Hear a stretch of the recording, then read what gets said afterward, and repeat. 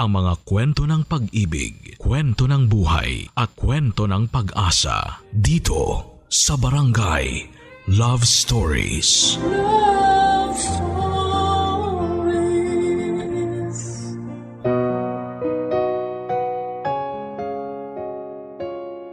Lahat ng aksyon na ginagawa natin sa ngayon ay resulta ng ating nakaraan.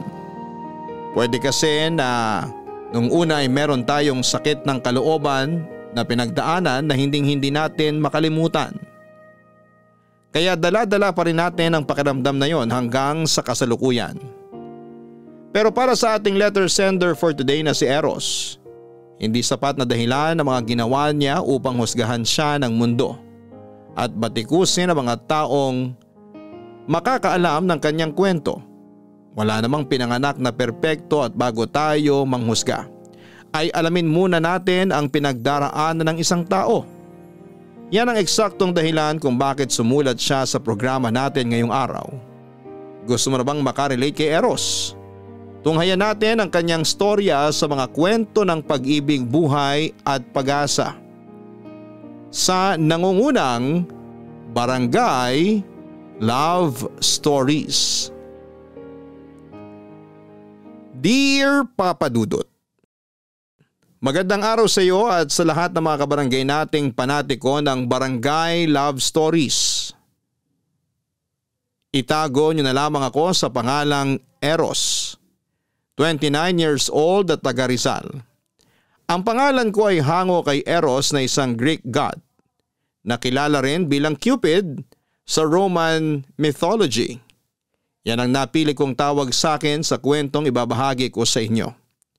Si Eros ay kilala bilang Diyos ng pag-ibig at pagnanasa at katulad niya ay meron din akong pagnanasa sa isang hindi pangkaraniwang bagay at ginawa ko yon sa ngalan ng pag-ibig.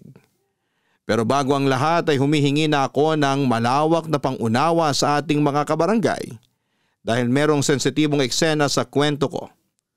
Kaunting background lang sa akin. Noong 2022 ay sumulat na rin ako sa inyong istasyon tungkol sa naging karanasan ko sa pag-ibig taong 2016. Niloko kasi ako noon ng ex-girlfriend ko at masasabi ko na nasaktan ako ng husto. Pero college pa lamang ay meron na akong hindi magandang karanasan sa pag-ibig matapos kong magkagusto sa isang babae na sa huli ay kaibigan lang ang tingin at turing sa akin. Nabalitaan ko na lang din na nagkaasawa na ito at nagkaanak. Sunod ay may niligawan akong ibang babae na nauwi lang sa pambabasted sa akin. Tapos may naging syota ako na niloko lang din ako. Pagkalipas ng 3 taon ay sinubukan kong mag-install ng dating app at nakipag-meet ako sa isang babae na nakilala ko doon. Kaso na turn off ako sa ugali niya kaya hindi na ulit ako nakipagkita pa sa kanya. Dahil sa mga masasakit at masalimuot na karanasan kong yon, sa pag-ibig ay naapektuhan ang kumpiyansa ko sa aking sarili at kamuntik na akong mawala ng pag-asa na makakatagpo ng true love. Hanggang isang beses nakapanood ako sa internet ng isang video na tungkol sa mga other guy. Sila yung mga lalaki na nakikikabit o nakikipagrelasyon sa mga babaeng taken o yung bang meron ng partner o asawa. Doon ay may nakilala akong babae na may asawa na at nagkaroon kami ng lihim na relasyon online. Ibig sabihin, ginagawa namin ang eksklusibong ginagawa lang ng mag-asawa sa pamamagitan ng video call. Pero hindi rin yun nagtagal dahil nakonsensya siya at sinabi niyang itigil na namin ang aming relasyon. Hindi ko na inasahan yun pero sa huli ay nagparaya na lamang ako. Ayaw ko namang maging makasarili at papiliin siya kung ako ba o ang pamilya niya. Kaya nang matapos ang relasyon namin ay naghanap na lamang ako ng iba pang taken na mga babae na ipakikilala ko sa inyo sa aking kwento. Una na doon si Marie Chris, 38 years old, single mom at may jowang nuknukan ng pagkasiloso.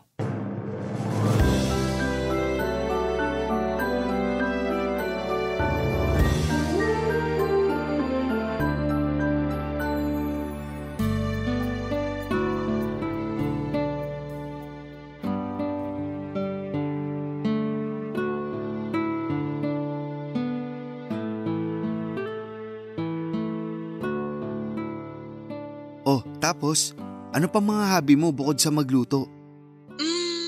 Mahilig akong gumawa ng iba't ibang dessert.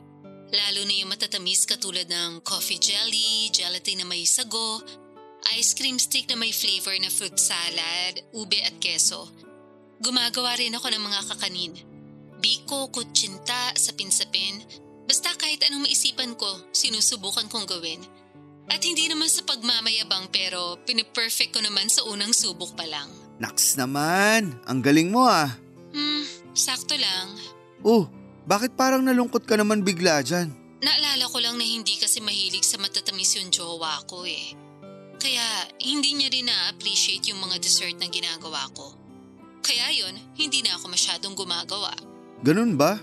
Ang lungkot siguro ng buhay niya kasi hindi siya mahilig sa matamis. Ang sarap-sarap kaya ng matatamis. Kung di mo natatanong, mahilig ako dun. Wow, may sweet tooth ka pala. Pareho tayo. Oo. Kaya kung ako ang ginawan mo ng mga dessert na sinabi mo, siguradong matutuwa ako. Ma-appreciate ko yun kasi alam kong masarap yun. Naku, wala pa nga pero binubola mo na ako. Hindi kita binobola. Nagsasabi lang ako ng totoo.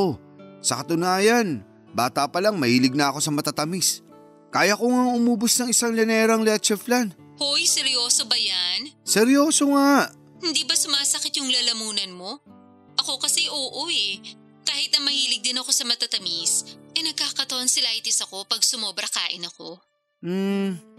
Hindi naman. Basta sundan ko lang agad ng maraming tubig. Tsaka wala pa ako naaalala na nagka-tonsillitis ako dahil sa matamis. Hindi rin ako diabetic ha. Wow, ibang klaseng katawan yan ha. Bilib na tuloy ako sa'yo. Ikaw naman, maliit na bagay lang yun no. Ordinaryo kumbaga. Alam ko may iba rin dyan na mahilig sa matatamis. Oo, pero bukod sa akin, ikaw pa lang at mama ko ang kilala ko may sweet tooth. Papa ko kasi hindi rin pala kain ng matamis. Tapos ganun din yung family ng jowa ko. Kaya siguro nagmana na rin siya dun. Kaya nga ako na lang ang gawan mo ng matatamis. Kakainin ko yun, promise. Kung gusto mo, ikaw din kakainin. Uy, ano ba yung sinasabi mo? Alam mo na kung ano yun. Hindi ko alam yun, inosente ako. Inosente o pa-inosente? Magkaibang bagay kasi yun. At kung tatanungin mo ako, ayoko sa mga pa-inosenteng babae. Talaga? Bakit naman? Siyempre, hindi sila totoo sa akin at sa mga sarili nila. Ayoko sa ganun. Mabilis ako na-turn off. Ah, kaya pala. Siguro marami ka nang nakilala na pa-inosenteng babae ano? Medyo. Kaya nga mas naging pihikan ako sa pakikipagkilala. At mas gusto ko na yung una pa lang. Sinasabi na nila sa akin na may karanasan na sila. Lalo na sa kama. Ayoko nung alam mo na. Kunwari wala pa. Pero kapag andun na kami, malalaman ko na lang na meron na pala. Bakit? Issue ba sa'yo kung nagalaw na o hindi pa ang isang babae? Hindi. Ang issue sa akin yung pagsisinungaling nila. Kaya siguro wala ka pa nagiging girlfriend. Oo. Kasi karamihan sa mga nakikilala ko, manloloko, sinungaling at sa una lang magaling. Pero wag na natin pag-usapan yung tungkol sa akin. Yung tungkol na lang sa'yo at sa jowa mo pag-usapan natin. Ano naman tungkol sa amin? Kumusta siya bilang jowa? Bukod sa nuknukan ng seloso? Ayun, sakto lang. Hindi masyadong sweet, sa una lang magaling. Buti di mo pa iniiwalayan. Mahal ko eh. Siguro ganun talaga. Pero kahit naman ganun, masasabi ko na mabait pa rin siya at hindi ako sinasaktan. Sa panahon kasi ngayon, mahirap na makatagpo ng lalaking hindi bayolente. Talaga lang ha? Oo nga. Baka hindi pa lang pumipitik. Eh di wag kang maniwala. Hindi talaga. Kasi kung mahal mo jowa mo, di ka makikipag-usap sa ibang lalaki. Bakit? Wala naman akong ginagawang masama ah. Wala naman tayong ginagawang mali, kaya para sa akin ayos lang yun. Sa bagay, wala pa tayong ginagawang mali. Hoy! Kung ano-ano talagang pinagsasasabi mo, ewan ko sa'yo. Papadudot na kilala ko si Marie Chris nang inad ko siya sa Facebook. Tulad ng nauna kong sinabi, single mom siya at mayroong selosong jowa. Sa kabila ng lahat ay tinuloy pa rin namin ang pag-uusap sa chat hanggang sa umabot na kami sa pag-video call. Nung una ay nagkikwento lamang siya sa kanyang buhay bilang may kinakasama at nanay, bagay na masaya ko namang pinakikinggan. Kung tatanungin ninyo ako kung anong nagustuhan ko kay Marie Chris, masasabi ko na una na doon ang pisikal niyang katangian. Artistahin kasi ang itsura niya, sa katunayan ay kahawig niya ang isang kilalang kontrabida sa GMA. Kaya nga habang tumatagal ang aming pag-uusap ay naging komportable na kami sa isa't isa. Tapos ay dumating ako sa point na umamin ako sa kanya na nagustuhan ko na siya. Akala ko ay wala akong pag-asa kay Marie Chris. Hanggang isang araw ay inimbitahan niya akong pumunta sa kanila. Sakto na wala na sa bahay nila ang kinakasama niya dahil pumasok na ito sa trabaho. Sigurado ka ba na wala na yung jowa mo? Papupuntahin ba kita dito kung nandito pa? E di pareho tayong nalintikan. Naninigurado lang ako, mahirap na. Wala nga. Kahit na magsisigaw pa ako dito, walang ibang tao. Nasaan yung anak mo? Nasa mama ko. Doon muna siya kasi alam ko na pupunta ka rito sa bahay ngayon. Mukha talagang pinaghandaan mo to ah. Oo naman. Oh, paano? Kainin na ba kita? Aray ko naman. Ang sakit nun ah. Ikaw kasi, masyado ka mainit agad dyan. Aba oo. Tsaka di lang naman ako yung nag-iinit dito. Ha? Sino pa ba? Ito oh, yung nasa pantalon ko. Tingnan mo, handa na siya makipagbakbakan. Pakalmahin mo muna yan kasi nagluto ako ng masarap na ulam. Tsaka gumawa na rin ako ng dessert. Tara dun sa mesa, kumain muna tayo. Sige, sakto, gutom na ako. Ayan, nagluto ako ng kalderetang baka. Wow, mukhang masarap. Masarap talaga yan. Tapos gumawa ako ng mango graham float. Kunin ko mamaya sa ref. Buti hindi nagtaka jowa mo kasi bigla kang gumawa ng dessert. Nagtaka, syempre. Sabi pa nga niya, akala niya raw ayoko nang gumawa ng dessert dahil hindi naman siya mahilig doon. Pero sabi ko, namimiss ko, kaya gusto kong gumawa. Anong sabi niya? Wala, hindi siya sumagot. Sabay alis na kanina para pumasok sa trabaho. Introvert ba yung jowa mo? Ha? Hindi naman. Bakit mo natanong? Base kasi sa mga kwento mo, parang ang tipid ng mga sagutan eh. Feeling ko tuloy ang boring niya kasama. Yun bang tipong mapapanisan ako ng laway sa kanya? Ganun lang talaga yon. Tahimik na tao pero nasa loob ang kulo. Sa bagay, sabi mo nga sa akin nun eh, mahal mo. Kaya kahit na ganun ang ugali, matik na tanggap mo. Wala namang masama doon. Kesa naman mas bungangera at taklesa pa siya sa akin, ako ang babae sa amin. May tama ka ulit. Alam mo ikaw, pansin ko masyado kang madaldal. Ay oo, madaldal talaga ako at makwento. Kaya nga marami rin nakapagsabi sa akin na masarap daw ako kausap. Huhulaan ko. Yun siguro yung mga babaeng nakausap mo dati, no? Kasama na sila, pero meron din yung mga matagal ko nang kakilala. O siya, mabuti pa kumain na tayo, bago pa lumamig yung kanin. Sige na, dali. Tikman mo na yung niluto ko, tapos sabihin mo sa akin kung masarap. Sige, kuha lang ako. Ako na. Ilapit mo na lang plato mo para ipagsasandok kita. Naks naman, asikasong-asikaso ako ah. Siyempre, bisita kita eh. Ano na, yung plato mo? Ito na nga oh. Yan. Ang dami naman. Gusto ko busog ka. Baka mapasaba ka mamaya eh. Uy, sabagay. Kaya dapat ubusin mo yan ha. Tingin ko naman mauubos ko to at mukhang mapapasarap din kain ko. Tikman ko na ah. Sige. Kumusta ang lasa? Wow, ang sarap ng luto mo. Talaga? Hindi ka nagbibiro? Oo naman, bakit ako magbibiro? Baka lang sinasabi mo masarap pero maalat pala. O hindi kaya matabang. Tikman mo kaya para malaman mo nagsasabi ako ng totoo. Sarap talaga. Oh, hinay-hinay ka. Baka mabulunan ka. Okay lang ako, hindi ako madaling mabulunan. Sabi mo eh. Worried lang naman ako kasi masyado ka mabilis kumain. Binibilisan ko talaga. Ha? Bakit? Hindi pa naman darating yung jowa ko. Bukas pa siya ng umaga uuwi. Alam ko, pero gusto ko na agad matapos kumain para makapag-dessert na ako. Hindi ka naman tatakbuhan ng dessert eh. Andun lang yun sa ref. Hindi naman yung dessert na yun ang sinasabi ko. Ano? Ikaw. Ako? Oo, ikaw ang gusto kong gawing dessert pagkatapos nito. Kaya nga sobrang excited na ako eh. Kumalma ka lang. Kakain pa nga lang ako. Pinipilit ko naman, pero mahirap. Lalo na kasama na kita ngayon.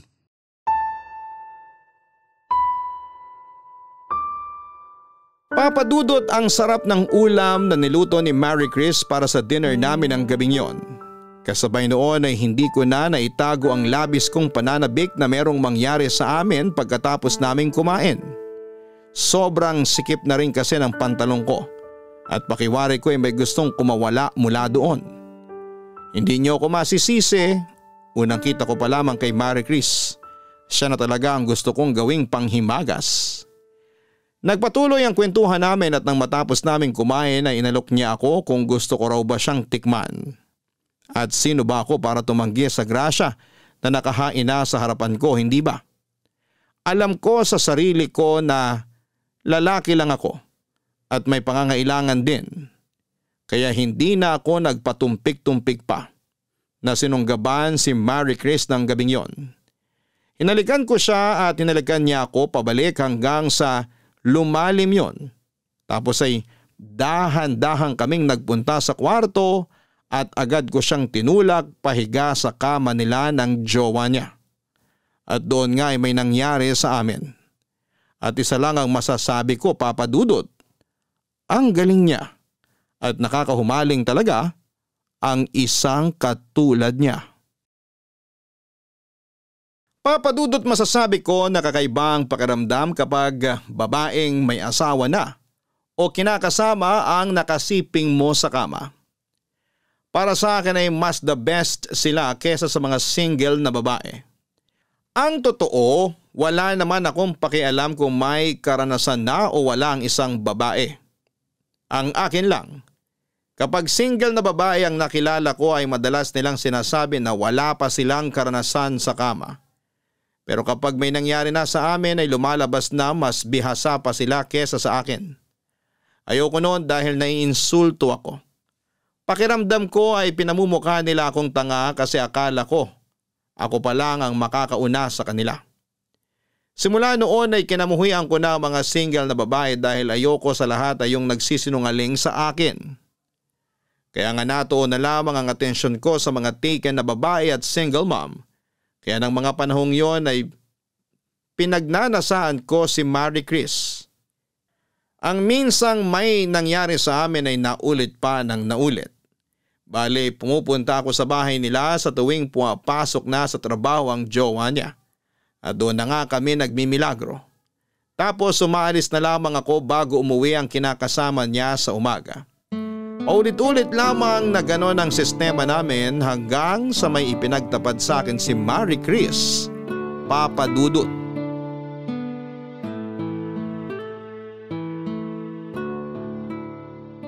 Bakit ang tahimik mo yata dyan? Hindi ka ba nasarapan sa ginawa natin? Siyempre nasarapan, pero napagod din kasi ako. Akala ko na paano ka na dyan. Tahimik mo kasi kaya nanibago ako. Hindi ako sanay dahil mas sanay akong maingay ka. Ewan ko sa'yo. Ang lakas mong mang-asar. Hindi yun pang-aasar. Nagsasabi lang ako ng totoo.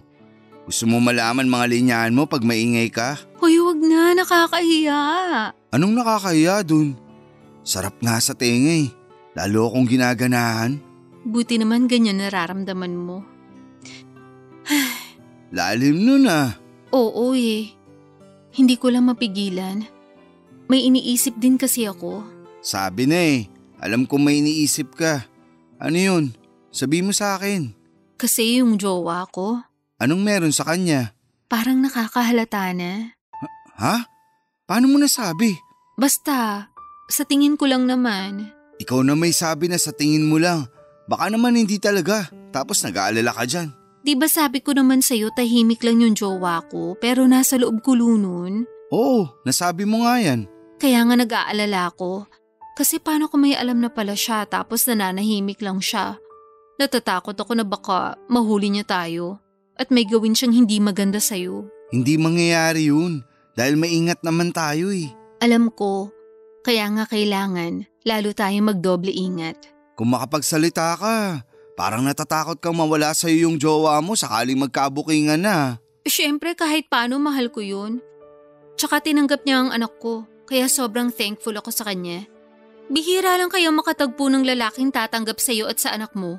Kaya alam kong swerte na ako sa kanya. Swerte ka na nga pero nagawa mo pa rin siyang lokohin kasi pumayag kang may mangyari sa atin. Ikaw din naman kasi. Anong ako? Masyado kang maharot. Hinarot mo ko kaya hindi kita matanggihan. Kaya kahit mahal ko jowa ko, bumigay ako sa'yo. Aminin mo, mas magaling ako sa jowa mo sa kama, di ba? Oo, aminado naman ako. Sabi mo nga ang ingi-ingay ko, di ba? Ibig sabihin, nasasarapan ako sa ginagawa mo sa akin. Hindi ako ganun sa jowa ko. Tahimik lang ako at madalas pinipeke ko pa na nag-i-enjoy ako. Para lang hindi ko matapakan yung pagkalalaki niya. Sa bagay, baka umiyak eh. Hoy, sobra ka naman dun sa tao. Totoo naman sinabi ko ah. Kahit na, mahal ko pa rin yun. Sana all, mahal. Huwag ka na magtampo. Mahal din naman kita eh. Mahal mo lang naman ako pag sa kama.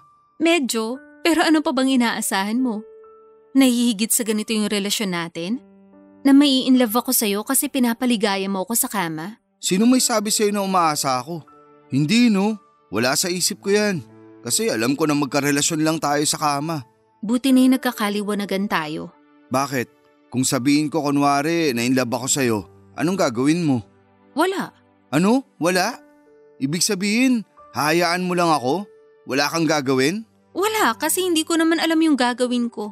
Buti na lang talaga hindi ako na in love sa'yo. Dahil mukhang wala akong mapapala. Alam mo naman na sa una pa lang, sa kama lang talaga tayo magkarelasyon, di ba? Oo, alam ko naman yun. Kaya nga sabi ko kunwari lang, di ba? Oo nga. Nag-alala lang ako kasi baka in love ka na sa akin. Kasi umamin ka sa akin na nagugustuhan mo na ako nun. Nagugustuhan sa kama. Yun lang yun at wala nang iba. Okay, buti na lang hanggang dun lang. Pwede ba? Tigilan natin tong usapan na to. Bakit ka ba naiinis? Paulit-ulit na lang kasi tayo eh. Ikaw naman? Huwag ka nang magalit. Hindi ako galit.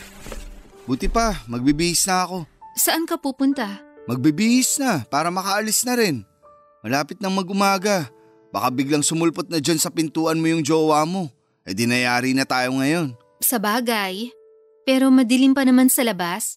At saka baka mag-overtime yun sa work niya. Mabuti na rin na umalis ako habang tulog pa yung mga tao. Dahil baka mamaya may kung sinong kapitbahay nyo dyan na makakita sa akin. Pero sigurado ka ba na hindi ka nagtatampo sa akin? Bakit naman ako magtatampo sa'yo? Wala lang. Curious lang. Hindi ako nagtatampo. Saka wala namang dahilan para magtampo ako.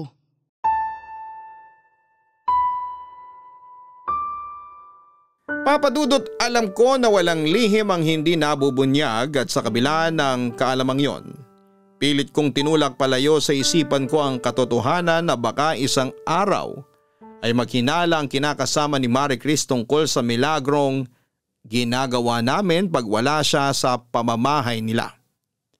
At mukhang nangyari na nga ang kinakatakutan ko matapos banggitin ni Marie Chris na mukhang nagdududa na sa kanya ang jowa niya. Kahit masakit sa akin at in denial pa ako na posibleng matapos na ang ugnayan naming dalawa ay unti-unti ko na lamang tinanggap na mangyayari talaga yon.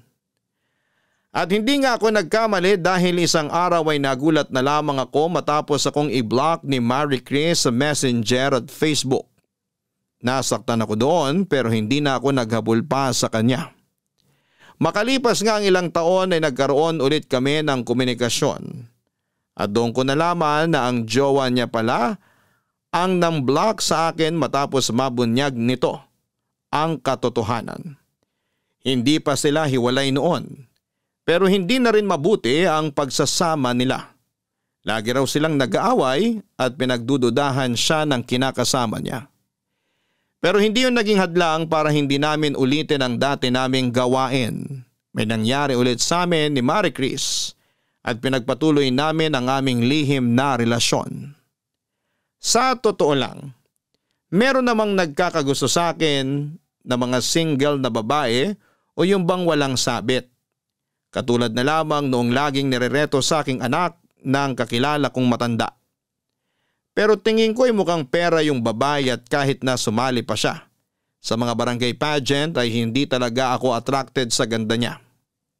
Mas attracted kasi ako sa mga may sabit na. At minsan ko na nga yung na-open up sa kaibigan kong babae na siyang pinagkakatiwalaan ko sa lahat.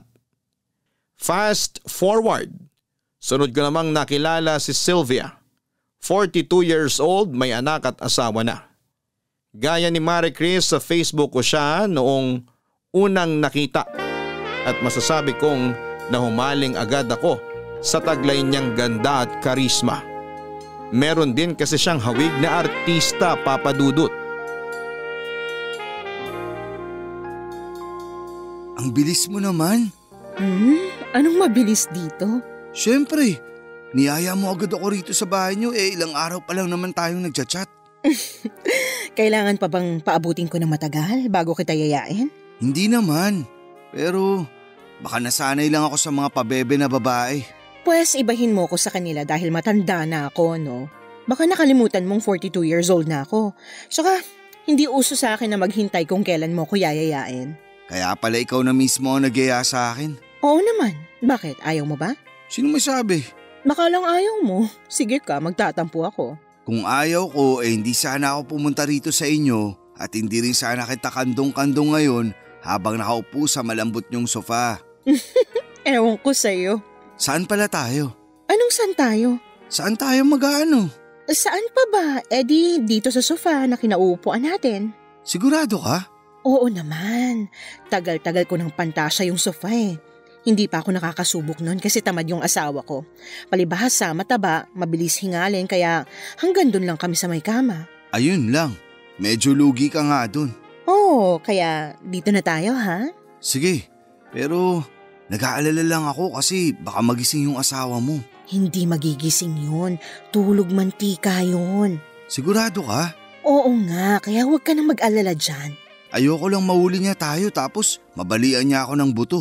Hindi lang buto mo mababali kapag nahuli niya tayo. Malulumpo ka pa. Tinakot mo pa talaga ako. Biro lang. Magtiwala ka sa akin. Hindi magigising yon kasi nilagyan ko ng pampatulog yung tubig niya kanina. Grabe. Kahit na may edad ka na, masyado ka pa rin excited ha? Wala sa edad yon.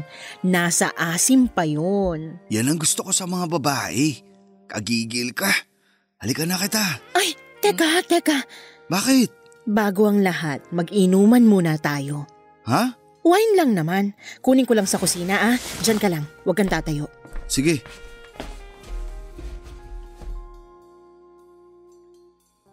Bilisan mo. Ito na nga pabalik na. Kunin mo tong baso mo. Akin na. Alam mo, paborito ko to eh. Kaso, hindi naman umiinom nito yung asawa ko, kaya ako na lang umiinom mag-isa. Akin na yung baso mo, sasalinan kita. Ayan.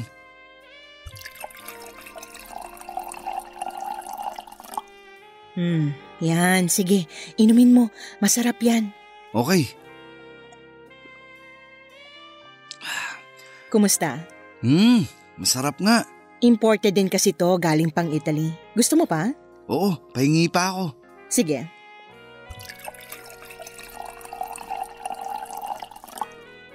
Uminom ka rin. Iinom talaga ako.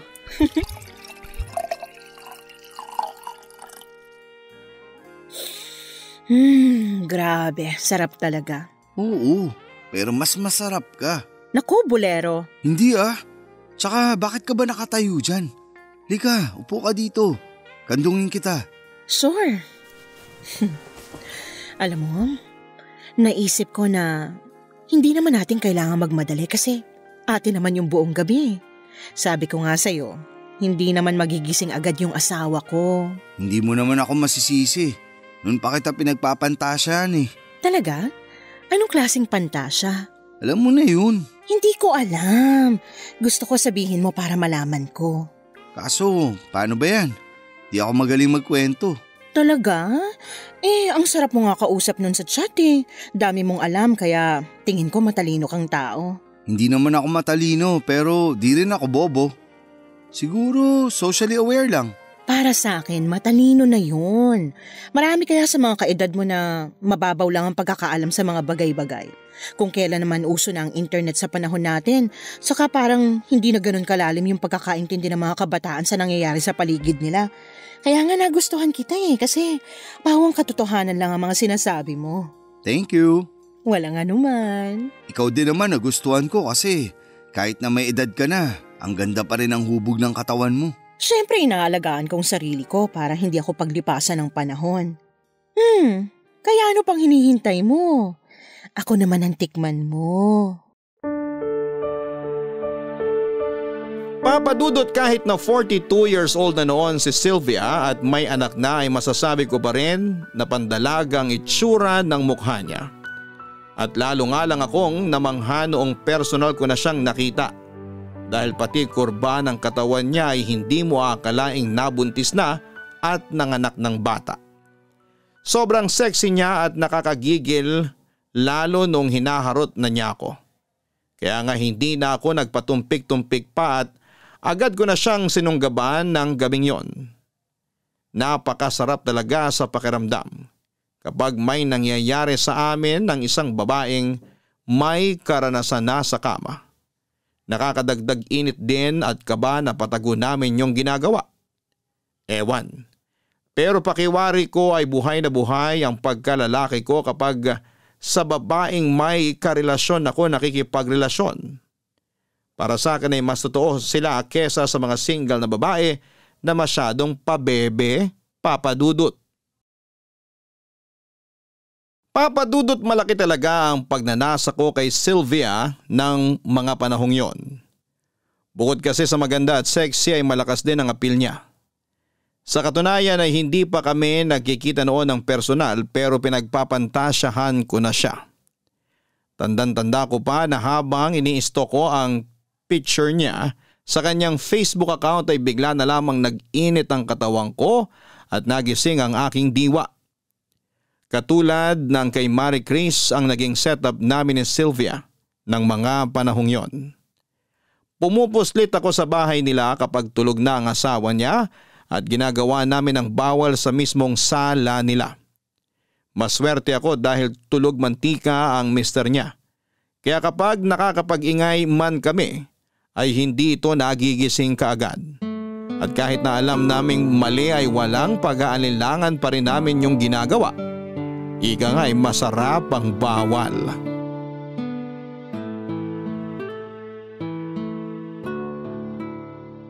Nasaan nga ulit yung asawa mo? Umalis. Umuwi sa probinsya nila kasama ang anak namin. Namatay kasi yung bunso nilang kapatid. Bakit hindi ka sumama? Hindi naman ako close sa side niya kaya mas mabuti pa na hindi na ako sumama. Buti di nagtampo yung asawa mo, no? Kumuntik na nga sana pero nagdahilan na lang ako na masama ang pakiramdam ko. Naniwala naman kasi magaling akong umakting. Kaya nga solong-solo natin yung bahay ng ilang araw eh. Mukhang makakarami pala tayo. Oo, at pwedeng-pwede ulit akong mag-ingay dahil wala namang makakarinig sa atin. O paano? Game na ba ulit? Mamaya na, medyo pagod pa ako eh. Pagpahingayin mo naman muna ako. Ay sorry naman, excited lang ako. Yaan mo, mamaya tatrabahuin kita. Uy, yan ang gusto ko. Ay, Lalim ha? napaisip lang ako. Tungkol saan? Kasi nakita ko yung family picture nyo. Anong meron doon? Naisip ko lang na ano bang pakiramdam na magkaroon ng isang buong pamilya. Yung may asawa at anak. Masaya. Masarap sa pakiramdam lalo na lumalaki yung anak nyo. Nakakapagod din bilang nanay pero fulfilling. Tsaka kahit naman ganun yung asawa ko, yun bang nagkukulang sa romansa at alam mo na, mabait naman yun. Good provider yun. Never pa kaming pinabayaan at ginutom ng anak namin. Ang swerte mo na pala sa kanya, no? Oo, maraming nagsasabi niyan, di lang ikaw. Pero napatunayan ko na kahit nasa isang tao na ang lahat, kulang pa rin yun pagdating sa mga babaeng mapaghanap. Ouch! Medyo masakit yun Di ako nakailag. Sorry, pero sa totoo lang. Alam ko naman na sa tingin ng iba masama akong babae kasi pinagtataksilan ko ang asawa ko. Pero buhay ko to. Tsaka, sino ba sila para ipaliwanag kong choices ko sa buhay ko, diba? Hindi naman nila ako pinakakain. Tama rin naman. May kasabihan nga na dead man na lang sa mga basher. Yeah, pero bakit mo ba kasi natanong yan? Curious lang naman ako. Gusto ko lang din malaman kung gaano mo kamahal pamilya mo kahit na may relasyon tayo. Mahal na mahal ko sila. Okay, gets ko na. Ang ano? Na hindi mo hihiwalayan ang asawa mo nang dahil lang sa akin. Sakaling lumalim yung relasyon natin. Kasi sabi mo nga, mahal na mahal mo sila. Bakit? Nasaan na ba tong relasyon natin? Ewan ko, di ko alam. Huwag mong sabihin nagkakagusto ka na sa akin, ha? Una pa lang naman, sinabi ko na sa'yo na nagugustuhan na kita. Oo, pero hindi ko akalain na baka umabot sa…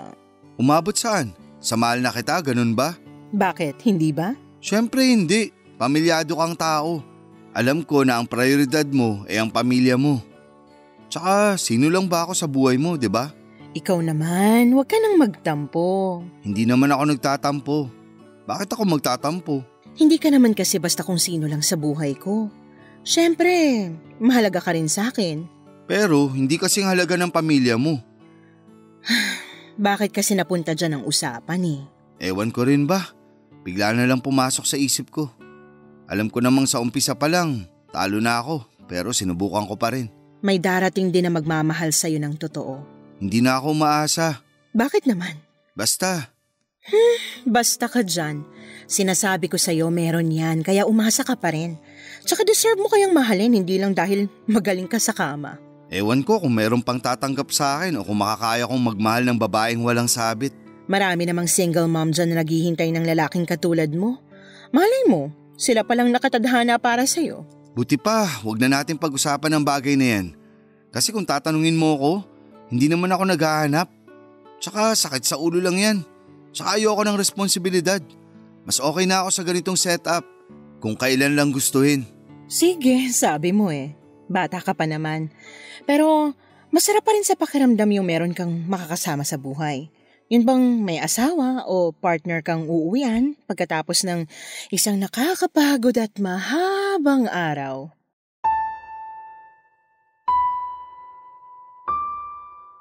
Papadudot, kung may mga lalaking sumisiping sa ibang babae para magparaos. Alam ko na ganun din ang ginagawa ng mga nakakapareha kong may kinakasama o asawa na. Katulad na lamang ni Marie Chris at Sylvia, alam ko na parausan lang ang turing nila sa akin. Hindi nila ako kayang piliin o ipagpalit sa mga pamilya nila dahil sa uli mas matimbang pa rin ang mga ito kesa sa akin. Tanggap ko na yon, pero pagkatapos ng usapan namin ni Sylvia ay aminado akong masakit pa rin pala. Kahit naman ganito ang pagkatao ko ay naghahanap pa rin ako ng tao na totoong magmamahal sa akin. Kaya nga upang malibang at makalimutan ang sakit na nararamdaman ko ng panahong yon, ay bumalik na lamang ako sa dati kong gawain.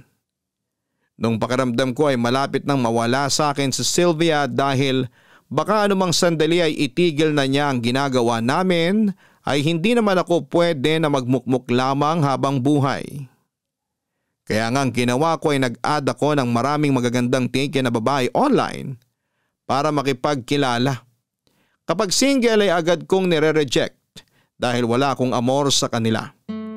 Hindi nagtagal ay dumating sa buhay ko si Nerissa, 30 years old at ang pangatlong babae na ipapakilala ko sa inyo.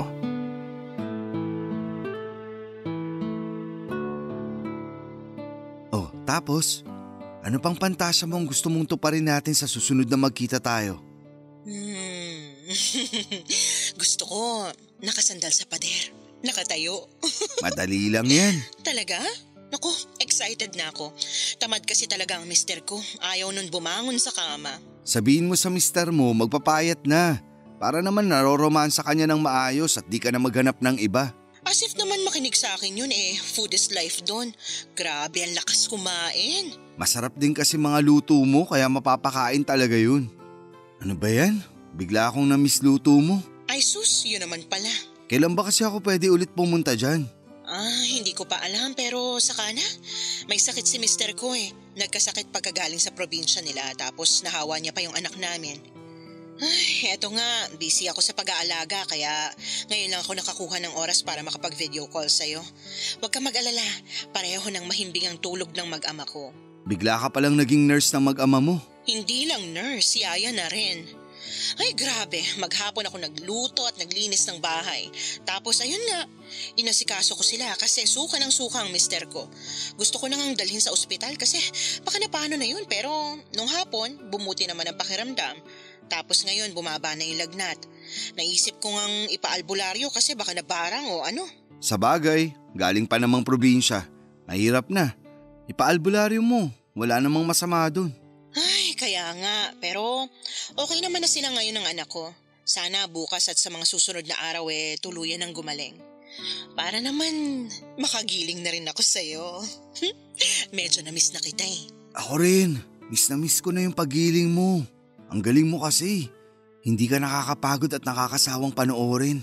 Mas lalo ko pang gagalingan sa susunod pero magpapamiss muna ako sa'yo. Ay, ganun? Grabe ka talaga. Siyempre. O paano, ibaba ko na ha? Ang bilis naman ng usap natin. Sorry na, bawi na lang ako sa susunod. Medyo inaantok na rin kasi ako gawa ng napagod ako sa maghapon. Sige, matulog ka na para makapagpahinga ka na rin. Good night. Good night.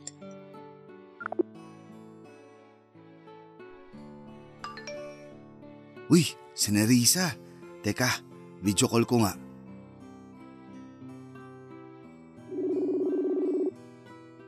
Hi Nerissa, magandang gabi. Hello, Eros. Magandang gabi rin. Grabe, Bakit? ang ganda mo na nga sa picture, ang ganda mo pa sa video call. Sigurado ako na sobrang ganda mo sa personal. Hindi naman sobrang ganda. Sakto lang, pero thank you. Sakto raw. Ikaw nga cute tapos madaldal pa. Grabe naman sa madaldal, pero sagad na yun. Ang ano? Nakit lang ako, hindi gwapo. Sige, gwapo na rin. Wait, mukhang napilitan ka pa yata. Binibiro lang kita. Syempre, gwapo ka rin. Papayag ba naman ako makipag-video call sa'yo kung pangit ka? Buti na lang pala, hindi ako pangit. Gwapo ka nga sabi. Gusto ko lang talaga ulit-ulitin mo. Ewan ko sa'yo. Medyo makulit ka rin pala. Sakto lang. Maiba tayo. Bakit pala busy yung line mo kanina? Hindi kita matawagan Ay, ano kasi, may kausap akong iba nun. Sorry, medyo nawala sa akin yung oras na dapat magbe-video call tayo. Naku, sigurado ako na ibang babae mo yan, no? Oo, nagkamustahan lang naman kami kasi miss na namin ang isa't isa. Wow, sana all, miss. Bakit, selos ka? Hindi, no? Bakit naman ako magsiselos? Wala lang. Tsaka wala naman dahilan kasi nasa iyo na buong atensyon ko. Tulog na ba asawa at mga anak mo? Oo naman, kanina pa. Kaya nga pwede na ako makipag-usap sa'yo ngayon Ano bang gusto mong pag-usapan? Kahit ano lang. Siguro tungkol sa'yo. Kung anong hobbies mo, paboritong pagkain, inumin at lugar. Parang getting to know each other. Sige na, magkwento ka tapos makikinig lang ako.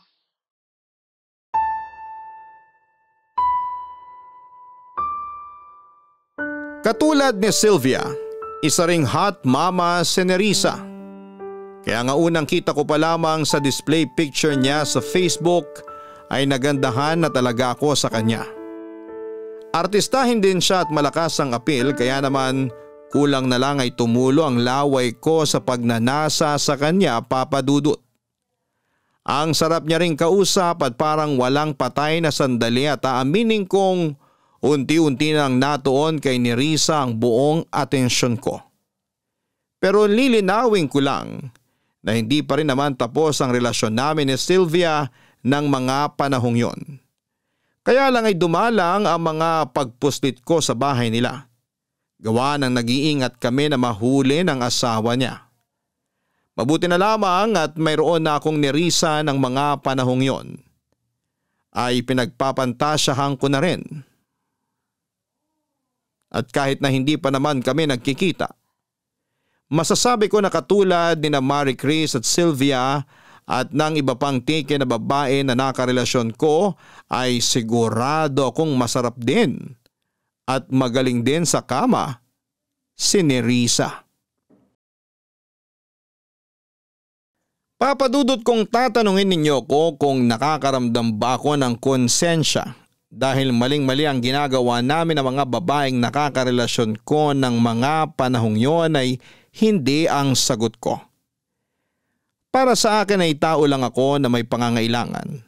Tao lang din ang mga babaeng yon sa buhay ko at may dahilan kung bakit kami pinagtagpo ng kapalaran. At yun ay upang tugunan ang pangangailangan ng bawat isa. Sa pagpapatuloy ng pag-uusap namin ni Nerissa, unti-unti kong kinuha ang loob niya para masabi ko sa kanya ang matindi at malalim kong pagnanasa. Nang mga panahong yon kasi ay hindi pa ako ganon kasigurado kung papayag siya sa gusto kong mangyari. Plano ko na kasing magtapat sa kanya na nagugustuhan ko na siya. Nayayayain ko na siyang may mangyari sa amin, Papa Dudut. Sabi mo may tatanong ka sa akin. Ay oo, Ano yun? itatanong ko lang sana kung hindi ka ba nai-inlove sa mga nakakarelasyon mong taken na babae online? Bakit mo naman natanong yan? Curious lang. Okay. Sige na, sagutin mo na. Hindi ko masabi. Paano hindi mo masabi? Ibig sabihin yan, oo, kasi hindi mo nga masabi. Madali lang naman sabihin hindi. Oo na hindi. Ang labo naman nun. Malabo kasi kahit ako di ko maintindihan yung nararamdaman ko. Siguro masasabi ko na napapalapit ako dun sa mga nakakausap ko pero hindi pa naman ako umaabot sa punto na hulog na ako sa kanila. Yun bang sabi mo nga, in love? Okay, thanks sa pagsagot. Ikaw talaga, nambibigla ka naman sa tanong mo eh. Sorry na, curious nga lang kasi ako. Wala naman siguro masama dun, di ba? Wala, tsaka ilang araw na rin naman tayong nag-uusap. Kaya nga eh. May isa pa akong tanong. Sige, ano yun? May nagustuhan ka na bang walang sabit? Like walang asawa o boyfriend? Meron pero matagal na yun. College pa yata ako nun. Hindi naging kayo? Hindi kasi kaibigan lang turing niya sa akin. Aray, na friendzone ka pala. Medyo. Tapos may niligawan ako na single na babae rin kaya lang binasted ako. Ang sakit din nun ha. Mukhang ang dami mong kamalasan sa pag-ibig ah. Medyo. Kaya nga ayoko na sa mga single na babae. Masyado silang paasa at nagmamalinis. Paano nagmamalinis? Sinasabi nila na wala pa silang karanasan pero meron na pala. Ayoko ng ganun. Mabilis ako ma-turn off. Kaya nga sa mga may asawa o single mom na lang ako pumapatol. At least, alam kong may karanasan na sila at mas totoo sila sa sarili. Pero sa lahat ng mga pinatulan mong taken at single mom, ikaw lagi ang mas bata? Oo, lahat sila mas matanda sa akin. Parang ako, kasi mas matanda ako sa'yo. 2 taon lang naman, di na yun masyadong malayo. Ilang taon ba yung pinakamatandang pinatulan mo? Siguro yung 48 years old. Wow, may asim pa ba yun? Meron pa. Okay, mabuti naman. Grabe na talaga yung mga tanungan mo. Feeling ko sumabak ako sa question and answer portion ng isang pageant. Ang OA mo naman, hindi naman ganun yun, no? Curious lang talaga ako, saka gusto ko lang din maintindihan kung bakit mo yan ginagawa. Alin? Yung makapagrelasyon sa mga taken na babae na mas matanda sa akin? Oo, tingin ko dahil yan sa mga karanasan mo noon. Ayaw mo na sa mga single na babae na mas bata sa'yo kasi masyado silang pabebe, tama ba? Parang ganun na nga. At kaya mo gusto ng mga taken na babae na mas matanda sa'yo kasi mature kaming mag-isip. Nadali mo. Baka naman may mommy issue ka na ha? Ano yun? Yun bang masyado ka nakadepende sa babae? Lalo na yung mga babaeng mature at mas matanda sa'yo. Kasi kahit paano, nagagawa ka nilang i-comfort at mas naiintindihan nila yung nararamdaman mo. Hindi ko alam kung may ganyan nga ako pero parang tama ka naman. Tingin ko lang naman, pero syempre iba pa rin kung madadiagnose ka mismo ng eksperto. Hindi ko na siguro kailangan nun. Ayos naman ako eh. Sige, sabi mo eh. Maiba tayo, Nerissa. Ano yun? Ano bang tipo mo sa isang lalaki? Marami, pero yung pinakagusto ko ay yung magaling sa kama. Hindi ba magaling sa kama yung asawa mo? Sakto lang, pero ayun nga. Sakto na nga lang eh, masyado pa siyang pinapagod ng trabaho niya, kaya wala na siyang time sa akin. Last night nga nag-away kami, tapos nasabi ko na lang bigla na pakasalan niya na yung trabaho niya. Total, napaka-dedicated niya dun. Wala namang masama dun, kaso paano naman ako? May pangangailangan din ako. Gusto mo, ako na lang yung pumuno sa pangangailangan mo? Kung hindi mo na itatanong, magaling ako sa kama. Hindi ka mabibigo. Sige ba, pero maniniwala lang ako pag pinatunayan mo na yung sinabi mo. Papadudot masayang masaya ako nang pumayag si Nerissa na patunayan ko sa kanya ang niyayabang kong galing sa kama. Siguro ay natcha-challenge din siya dahil walang kalatoy-latoy ang asawa niya at mukhang hindi na siya masaya sa buhay romansa niya. Kaya nga pakiramdam ko ng mga panahong yon ay tagapagligtas ako ng natutuyo niyang katawan at pagkatao. Hindi nagtagal. Nagkasundo kami ni Nerissa kung kailan at anong oras ako pwedeng pumunta sa bahay nila para magawa na namin ang pinag-uusapan namin sa video call. Kita ko sa mga mata niya na sobrang excited siya at para bang hindi na siya makakapaghintay na magkita kami ng personal. Hindi nagtagal ay nagpunta na ako sa bahay nila at katulad ng ginagawa namin ni Sylvia noon ay inantay lang namin ni Nerissa na makatulog ang asawa niya. Tapos sinimulan na namin ang bakbakan sa mismong sala nila. At kahit na noong sumunod na araw ay hindi pa rin namin makalimutan ang karanasang ipinaramdam namin sa isa't isa.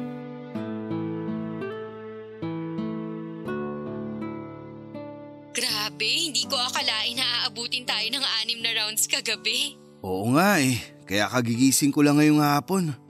Napagod ako. Ikaw, hindi ka ba napagod? Napagod din, kaya nga pag-alis mo kanina nakatulog na ako dun sa may sofa. Talaga? Sa sofa ka na pala natulog? Oo, takang-taka nga yung asawa ko kung bakit dun ako natulog. Kaya nagdahilan na lang ako na kunwari nag-sleepwalk ako. At naniwala naman siya? Oo, kasi nakwento ko naman sa kanya na nagsisleepwalk ako nung bata ako. Pero eme lang naman yun kasi ginusto ko rin naman na matulog sa sofa kasi sinisinghot ko pa yung amoy mo na naiwan doon. Wow naman, parang bigla yatang nag-init ang katawan ko ah. Akala ko ba pagod ka? Oo nga pala, naubos takas ko sa'yo. Grabe ka. Diba, sabi ko naman sa'yo, gusto ko sa isang lalaki yung magaling sa kama. Kaya dapat hindi ka na magulat na magaling din ako. Kaya nga eh. Pero ano sa tingin mo? Ang ano? Pasado ba ako sa'yo? Oo naman. Kahit na sinabi mong napagod ka, still umabot pa rin tayo ng round 6. Grabe kaya yun. Ang intense. Kaya nga eh. Thank you pala. Saan naman? Kasi pumayag ka na patunayan ko sa'yo yung mga pinagsasabi ko sa video call. Pumayag ka na may mangyari sa atin. Yun ba? Walang anuman. Pareho naman tayong nag-enjoy eh. Para sa akin, yun na yata ang pinakamasarap na karanasan sa kama na naranasan ko sa tanang buhay ko. Talaga? Ang malas mo naman pala dyan sa asawa mo. Hayaan mo na. Swerte naman ako sa kanya sa ibang bagay. We can't have it all, ika nga. Pero okay lang yun kasi may ibang tao na darating sa buhay natin para punan yung mga pagkukulang ng mga partner natin. At ako yun? Oo, sino pa ba? Masaya ako na napasaya kita. Pakiramdam ko, yun na ang bagong misyon ko sa buhay. Yun bang magpasaya ng mga taken na babae? Nako, hindi mo yan masasabi pag nakakilala ka na ng babae na mamahalin mo ng totoo. Pustahan, magiging loyal ka ng wala sa oras. Siguro, pero habang hindi pa siya dumarating, enjoyin ko na lang muna ang buhay. Pero pag dumating siya, timbrihan mo lang kami kasi willing naman kaming ipaubaya ka sa kanya. Hindi ba talaga pwede na pag marami, mas masaya? Naniniwala pa rin ako na sa isang tao lang tayo magiging masaya. Talaga? Bakit hindi ka loyal sa asawa mo? Loyal naman ako sa kanya kasi sa mata ng Diyos at batas ng tao kasal kami. Mag-asawa kami. Pero sabi ko nga, meron siyang hindi mabigay sa akin na nahanap ko sa'yo kaya sinamantala ko lang. Pero kung papipiliin ako sa inyong dalawa, yung asawa ko pa rin talaga. Uy! Pumreno ka naman. Ano bang ginawa ko? Nakakasakit ka eh. May nalalaman ka pang mas pipiliin mo siya kaysa sa akin hindi naman kita pinapapili. Sorry na, wag ka na magalit. Hindi naman ako galit. Pero para lang sa kaalaman mo, hindi ako magkakagusto sa'yo ng higit pa sa inaakala mo. Kaya di mo kailangang mamili sa amin ng asawa mo. Magsama kayo. Pagbuling ko pa kayo eh. Grabe ka naman magsalita, nagbibiro lang naman ako eh. Pwes ako hindi nagbibiro. Sorry na kasi, bawi na lang ako sa'yo pag nagkita ulit tayo. Anong pambawi mo? Yung paborito mo, yung luluhod ako. Oh, wow! Sige asahan ko yan. Oo naman, asahan mo talaga dahil sinisigurado ko sa'yo na masasarapan ka. Ginagawa, hindi lang sinasabi. Gagawin ko talaga. Ako pa naman yung klase ng babae na ginagawa talaga ang sinasabi.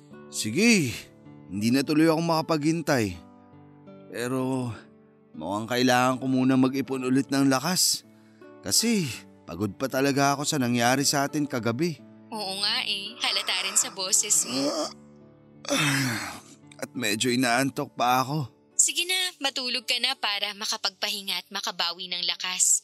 Kasi uubusin ko ulit yan sa susunod nating pagkikita.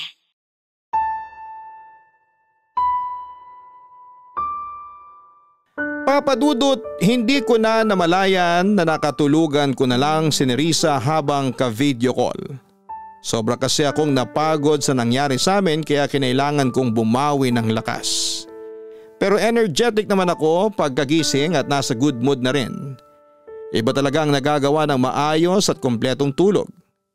Gaya ng pinag-usapan namin ay meron ulit nangyari sa amin ni Nerissa sa sala ng bahay nila ng mga sumunod na gabi at sa tuwing tulog na ang asawa niya.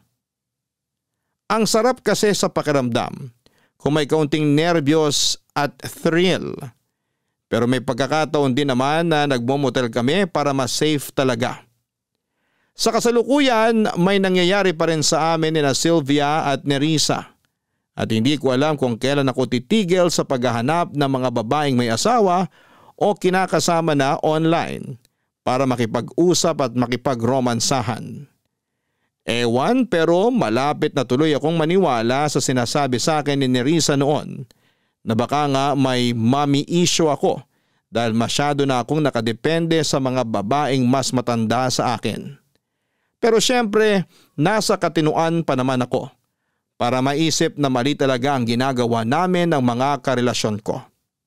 At nasabi ko ulit yon sa kaibigan kong babae na minsan ko na ring pinagsabihan ng mga ginagawa ko.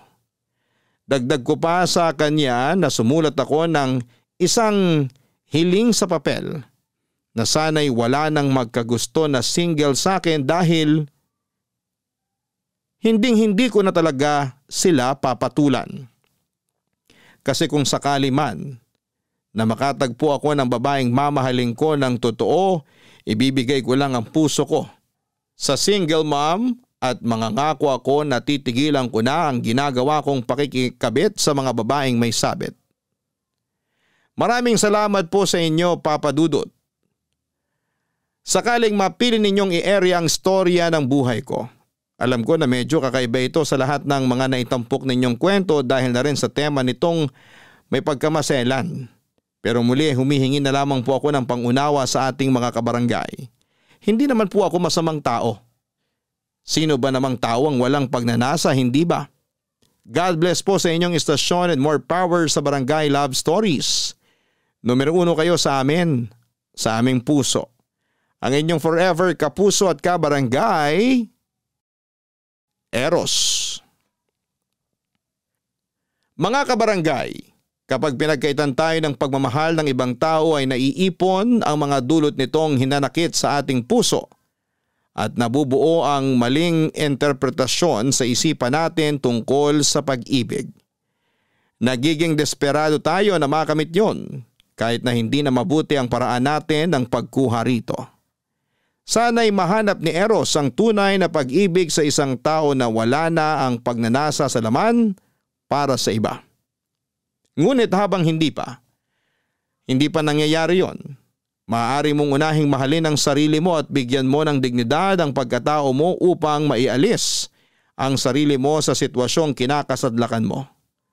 Huwag ka ring matakot lumapit sa mga mahal mo sa buhay o magpatingin sa mga eksperto upang mabigyan ka ng nararapat na tulong na kailangan mo. Hanggang sa muli, ako po ang inyong si Papa Dudut sa mga kwento ng pag-ibig, buhay at pag-asa sa Barangay Love Stories number 1. Barangay Love Stories. Barangay Love Stories. Ako, gigil na gigil talaga ako sa nangyayari sa kwento natin. O ikaw, kabarangay, kumukulo rin ba dugo mo? Pwede kang mag-iwan ng comment sa ating comment section.